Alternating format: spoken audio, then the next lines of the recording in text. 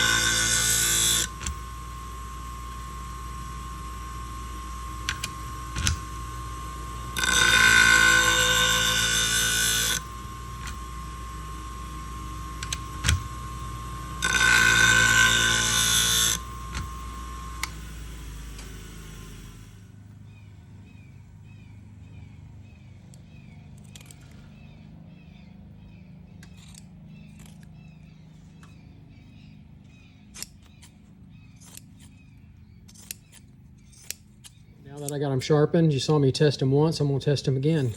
Look at that. Cutting like brand new.